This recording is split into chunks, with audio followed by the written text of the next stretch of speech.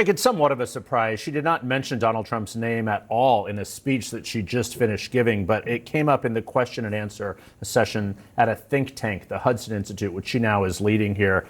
She was asked, and near the end of that Q&A, who would she vote for?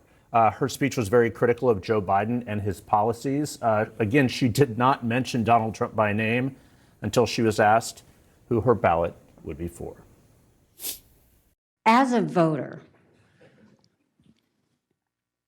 I put my priorities on a president who's going to have the backs of our allies and hold our enemies to account, who would secure the border, no more excuses, a president who would support capitalism and freedom, a president who understands we need less debt, not more debt.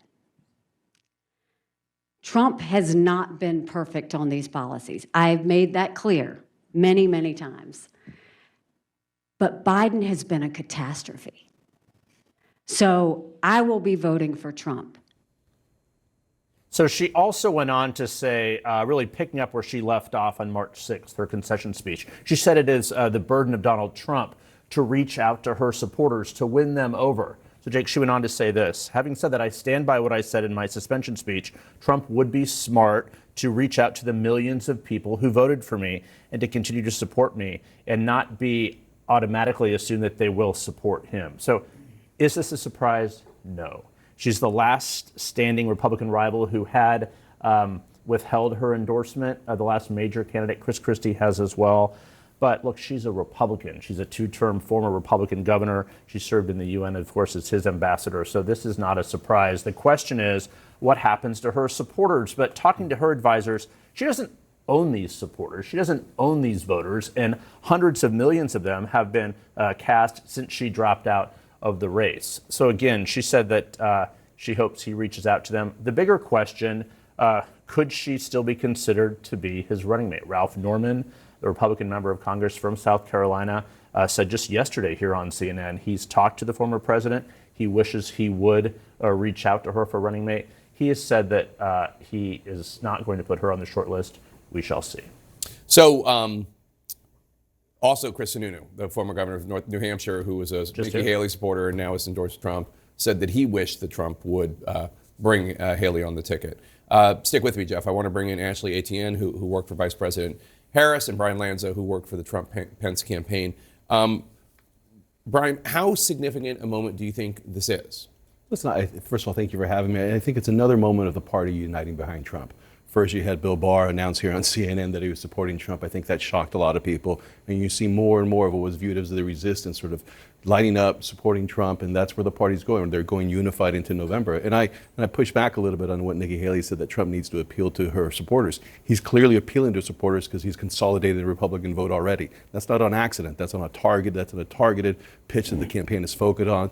He's hitting those voters without necessarily addressing the Nikki Haley situation. Now they can address it and sort of reinforce, we've been talking to you, now Nikki Haley's on board. Let's unify the rest of the party and let's get ready for November. I mean, I just think this really puts on full display for the American people how spineless the Republican Party is today, how they've completely rolled over and are now behind and backing Donald Trump, when all of these, from Sununu to Nikki Haley, have had great, massive objections about Donald Trump, from the $8 trillion he's added to the debt, to the chaos, as she would describe it, that he perpetuated as president, from domestic policy to foreign policy. Now, all of a sudden, we just delete on that. We hit delete on that. She expects the American people to forget that she actually said that.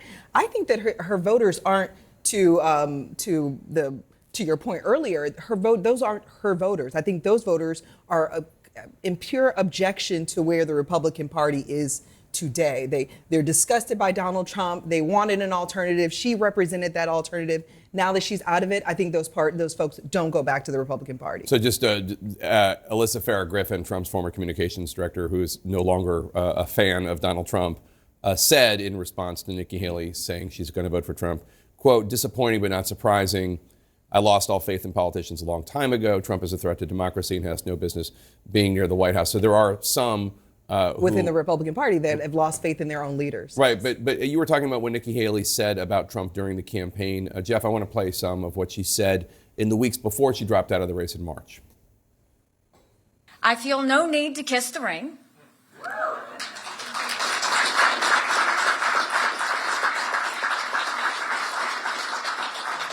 I have no fear of Trump's retribution. I'm not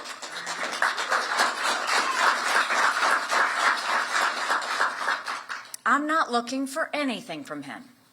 My own political future is of zero concern. So Haley could have made this announcement at any time since she dropped out of the race. And certainly, and Brian, I want you to weigh in on this in a second after Jeff. Certainly, there are a lot of people out there still voting for Haley in these primaries. I mean, knowing that it's futile. But I think she got like almost 20% of the vote in Indiana, double digits in Pennsylvania, 6% last night in Kentucky. Not a lot, but still, she's not even running. Why now? Why make this announcement now?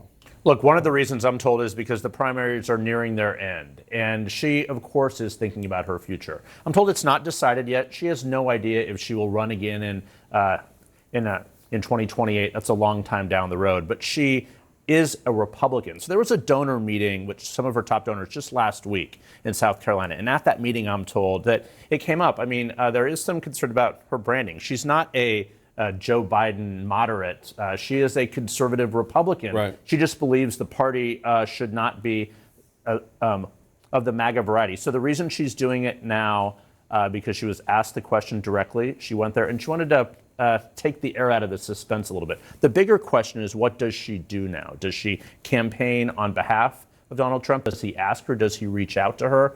Those are very unknown at this hour. So, and Brian, so I give you one homework assignment a second ago. So here's the second one. Is there a difference between her saying I endorse Donald Trump and her saying I'm voting for Donald Trump and here's why? No, I don't think it's a difference to her voters. And I certainly don't think it's a difference to the campaign. I mean, at the end of the day, she says she's going to be punching her ticket for Donald Trump. That's what everybody wants to hear in the Republican Party, and that's what they're going to be hearing. I do think she'll likely campaign. I mean, the reality is she's going to be a very popular person among the circuit, especially the suburban women, which the campaign recognizes they have challenges. I don't think she's going to be VP or even a cabinet position, but she's a very strong and powerful surrogate for the campaign, and I think she'll deliver on that. Yeah. Go. No, I mean, I think the concern is that she's prioritized her own political future over the future of the country. Whatever happened to constitutional Republicans, the ones who believe in those foundational documents, the documents that Donald Trump says he's going to do away with on day one, that he's going to lead like a dictator. And she knows that. She was in those rooms. She saw it. And she brought that to the American people and said, this guy does not deserve to be in the White House. Why all of a sudden that changes and she's not going to get anything out of the deal is just a disgrace, and I think a slap into the face of the American people. Brian, how do you explain all the thousands of people that are still voting for Nikki Haley in these primaries, Republican voters? It's probably still a little bit of a protest vote what you see, but let's remember this happened in 2016. You had a phenomenon of a lot of Republican in the primary voters still not voting for Trump. But what did we learn? We learned in November that they voted for Trump. So it's a great storyline that we can talk about and sort of create this upheaval. But at the end of the day, we know they fall in line because we look at historical patterns, and they fell in line in 2016. The one thing I learned today, the Biden campaign is actually studying those voters, particularly in Indiana, where more than 21%, 1 in 5 Republicans voted for her. They're trying to see, a lot are suburban women, but not all of them. So we will see now that Haley has said who she's supporting, if that changes at all, sort of, the calculus for some of her voters. But again, she has said she doesn't own these voters. So there was a mix. Some were Democrats in other states, but even in closed primary states, there were still a lot of Republicans voting for her. It was definitely a protest vote. We'll see if the Republicans for Biden organization, which is ramping up, will get any other people on it or not. She will not be one of them. Ashley, here's something else Nikki Haley said before she dropped out of the race earlier this year. At some point, maybe we should say the reason that America keeps losing is because of Donald Trump. She's certainly given the Biden campaign a lot of clips that they can use in their ads. I don't know how effective they'll be, though, with her out there saying, here's all the reasons why Donald Trump is better. Yeah, I mean, I think the concern for her, she's probably lost, I can bet, all credibility with those voters that are voting for her now, those protest voters. So I'm not so sure what effect she'll have on the campaign trail going forward. And I'm not so sure this endorsement really moves any of that 20% in any of those states. I mean, you're absolutely right. She's given a lot of fodder to the Biden campaign. But also, I think more than anything else, it really should wake up the Republican Party.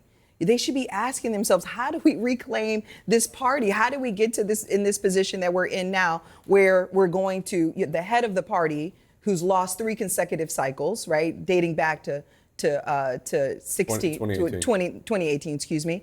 How is this person the head of the party? One who's antithetical to everything we stand for and represent as a party that they used to. More importantly, if you don't mind me adding, you have, Senator Romney, who says and this is the scariest thing if you ask me, a growing faction within the Republican Party that no longer believes in the Constitution and that supports people like Putin. That is alarming, and it should be to Nikki Haley. And the fact that she's compromised her principles to now support Trump is despicable.